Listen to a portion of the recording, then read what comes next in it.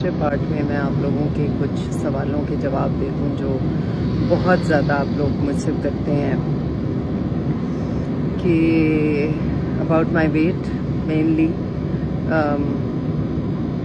मैं एक चीज़ तो बिल्कुल सबसे पहले तो मैं आपको ये बता दूं कि मैं इतनी तैयार होकर शूट पे जा रही हूँ और पिछले कोई 1.5 महीने से I've had this very tough schedule जिसमें almost every day I been shooting और ज़्यादातर इवेंट्स शूट हुए हैं। और पिछली वीडियो में लास्ट संडे की थी, ये वीडियो इस संडे की है, तो there have been a week apart, it's been a week apart.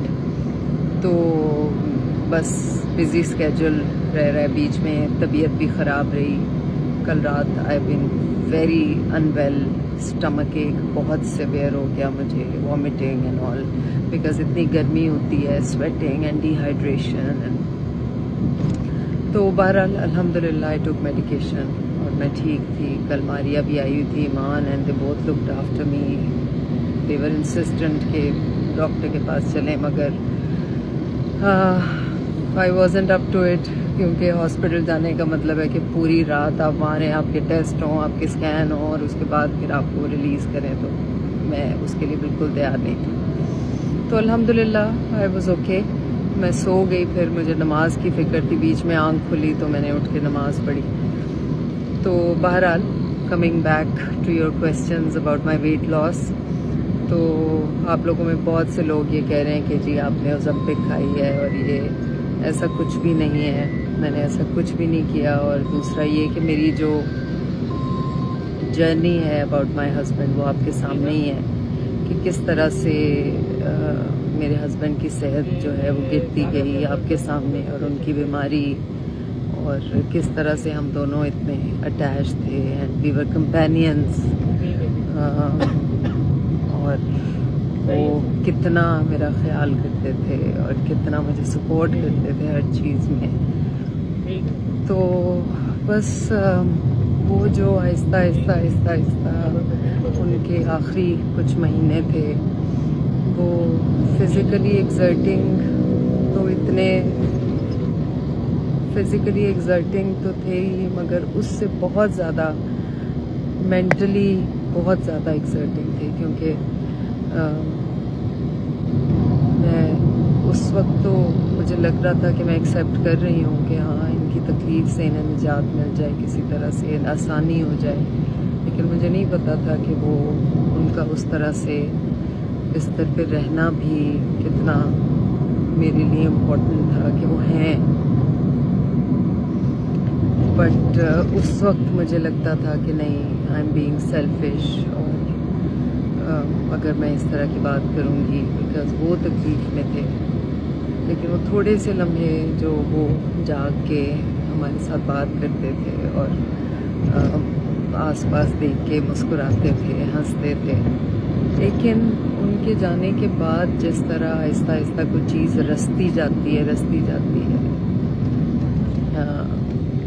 वो उस तरह से वो गम जो था ना, वो आहिस्ता आहिस्ता और स्ट्रॉन्ग होता गया, और टाइम के साथ साथ ऐसे लगा जैसे अब एहसास जो है ना वो और स्ट्रॉन्ग होता जा रहा है।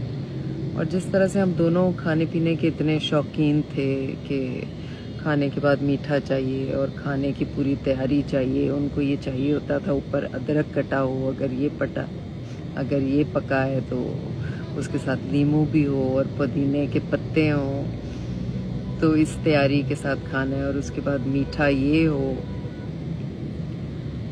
तो वो शौक़ सारे मर गए उनके साथ, और बस चाय बिस्किट का एक शौक़ है जो अब पता नहीं कहाँ से आ गया है।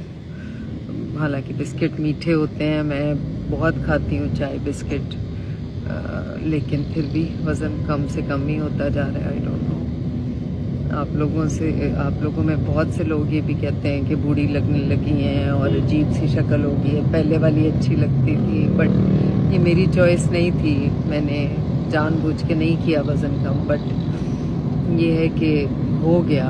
एंड अब ना मेरा खाने का वो शौक़ है, ना मीठे का वो शौक़ है, और दिल ही नहीं चाहता मेरा कुछ भी खाने को। और हाँ भूख लगती है, बस थोड़ा सा खाती हूँ, फिर एकदम से वो याद आते हैं तो भूख ख़त्म हो जाती है एंड एसिडिटी शुरू हो जाती है बहुत ज़्यादा।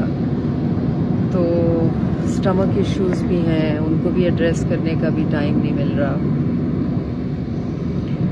तो इंशाल्लाह जो लोग वज़न कम करते हैं प्लान से, आपको तो पता है ना, मैंने जब भी डाइट की है कितना शोर व गुल और उससे अनाउंस करके करती थी कि मैं डाइट कर रही हूँ, मैं ये खा रही हूँ, आप लोगों को दिखा के कि ये मैंने नाश्ता किया है, दोपहर में ये खाऊंगी, रात में ये खाऊंगी, और सब आपसे शेयर करती थी। तो बहरहाल वो जो टाइम था मेरी इद्दत का, that was quite hard and बहुत एक्सप्लेन नहीं किया जा सकता, मतलब क्लॉस्ट्रोफोबिक भी एंड अजीब। कभी मुझे पीस फील होता था कि ये मेरा लोन टाइम है, कभी मुझे लगता था बहुत घबराहट हो रही है, कभी महसूस होता था ही इज़ अराउंड मी। बस अजीब से मिक्स से इमोशंस होते थे, बट टाइम के साथ साथ it got stronger.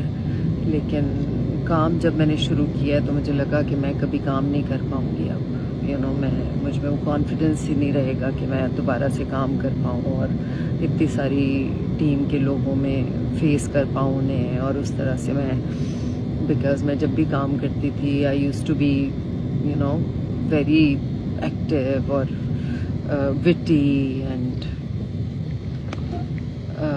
Supportive, talkative. तो मुझे लगता था मैं वैसी दोबारा कभी भी नहीं हो पाऊँगी। लेकिन खैर मुझे सब ने, आसपास के लोगों ने कहा कि नहीं, यू हैव टू। और मैं बहुत I became a quite sort, और चुप, ज़्यादा बात करना अच्छा नहीं लगता था मुझे। तो खैर बुलबुलें तो करती थी वो टीम, अपनी लोग, अपने फ्रेंड्स सारे, उसमें तो मैं कंफर्टेबल थी ही। लेकिन ये जो नए 2 प्रोजेक्ट हैं हम टीवी के और ये टेली फिल्म, तो खैर अब वो जो मैंने किया तो उसके बाद वो कॉन्फिडेंस मेरा दोबारा बहाल हो गया। कुछ दिन मुश्किल थे, लेकिन उसके बाद अब वापस से मुझे उससे बहुत बहुत हेल्प मिली है कि हाँ, काम करने से फ़र्क पड़ा है। तो अल्हम्दुलिल्लाह, एक तो फाइनेंशियल नीड्स भी हैं, ज़ाहिर है मेरी रिस्पॉन्सिबिलिटीज़ तो हैं अभी 2, और दूसरा ये भी है कि यही काम है, सैलॉन भी है, ये भी है। तो बस सैलॉन तो मैं अब चाह रही हूँ कि बच्चे देखें, वो अपना काम जो है वो संभालें, बिज़नेस को लुक आफ्टर करें, ताकि अब आहिस्ता आहिस्ता जो है मुझे थोड़ा ब्रेक मिले। और मैं अब पढ़ना चाहती हूँ, लग के। मैं चाहती थी ज़िंदगी में मैं बहुत पढूं। तो अब जब बच्चे ये सब संभाल लेंगे तो मैं इंशाल्लाह बहुत आहिस्ता आहिस्ता से अपने वो ख्वाहिशें पूरी करूँगी। लैंग्वेजेस सीखने का मुझे बहुत शौक़ था, वो सीखना चाहूँगी। तो बस यही है। एंड मैं चाह रही थी मैं आप लोगों से बात करूं। आम लगे हुए हैं दरख्त पे बहुत सारे, इररेसिस्टिबल एज यूजुअल। तो चलें जी, मैं पहुंचने वाली हूँ लोकेशन पे अभी। ये एक ईद की टेलीफिल्म है जिसके लिए हम शूट कर रहे हैं, और हम टीवी के लिए ईद वाले दिन आएगी। इसका नाम है ब्लॉगर दा ब्याह, और इसमें मैंने बहुत डिफरेंट सा एक कैरेक्टर किया है, जिसमें मैं डिफरेंट तरीके से बोल रही हूँ। आवाज़ भी मैंने चेंज की है, बहुत मेहनत की है, जामन भी लगे हुए हैं बहुत सारे। तो आप लोगों को बहुत मज़ा आएगा देख के। आप लोगों ने ज़रूर फीडबैक देना है मुझे अपना, और बहुत फ़नी है, and I will be waiting for your feedback. तो इसके साथ ही मैं ये अपना ब्लॉग ख़त्म करती हूँ, और थोड़े से न्यूरो के इश्यूज़ भी हो गए हैं मुझे, उस पर बाद में बात करेंगे। तो बस ये तो चलते ही रहते हैं ज़िंदगी के साथ साथ, कोई बात नहीं। अगर हम अपने आसपास देखें तो तो बहुत से ऐसे लोग हैं जिनको हमसे कहीं बड़े बड़े इश्यूज़ हैं और हम उनसे बहुत बेहतर हैं। तो बस अल्लाह का शुक्र अदा करना चाहिए, कंप्लेन नहीं करनी चाहिए। अल्हम्दुलिल्लाह अगर हम अल्लाह ताला की नेमतें अपनी उंगलियों पे गिनना शुरू करें तो वो बहुत ज़्यादा हैं। अल्हम्दुलिल्लाह सुम्मा अल्हम्दुलिल्लाह। तो जी अपना अपने प्यारों का बहुत ढेर सारा ख्याल रखें। अल्लाह ताला हमारी दुनिया और आखिरत संवारे, हमसे राज़ी रहे। अगली वीडियो में आपसे बहुत जल्द मुलाकात होगी। अल्लाह हाफिज़, फ़ी अमानिल्लाह।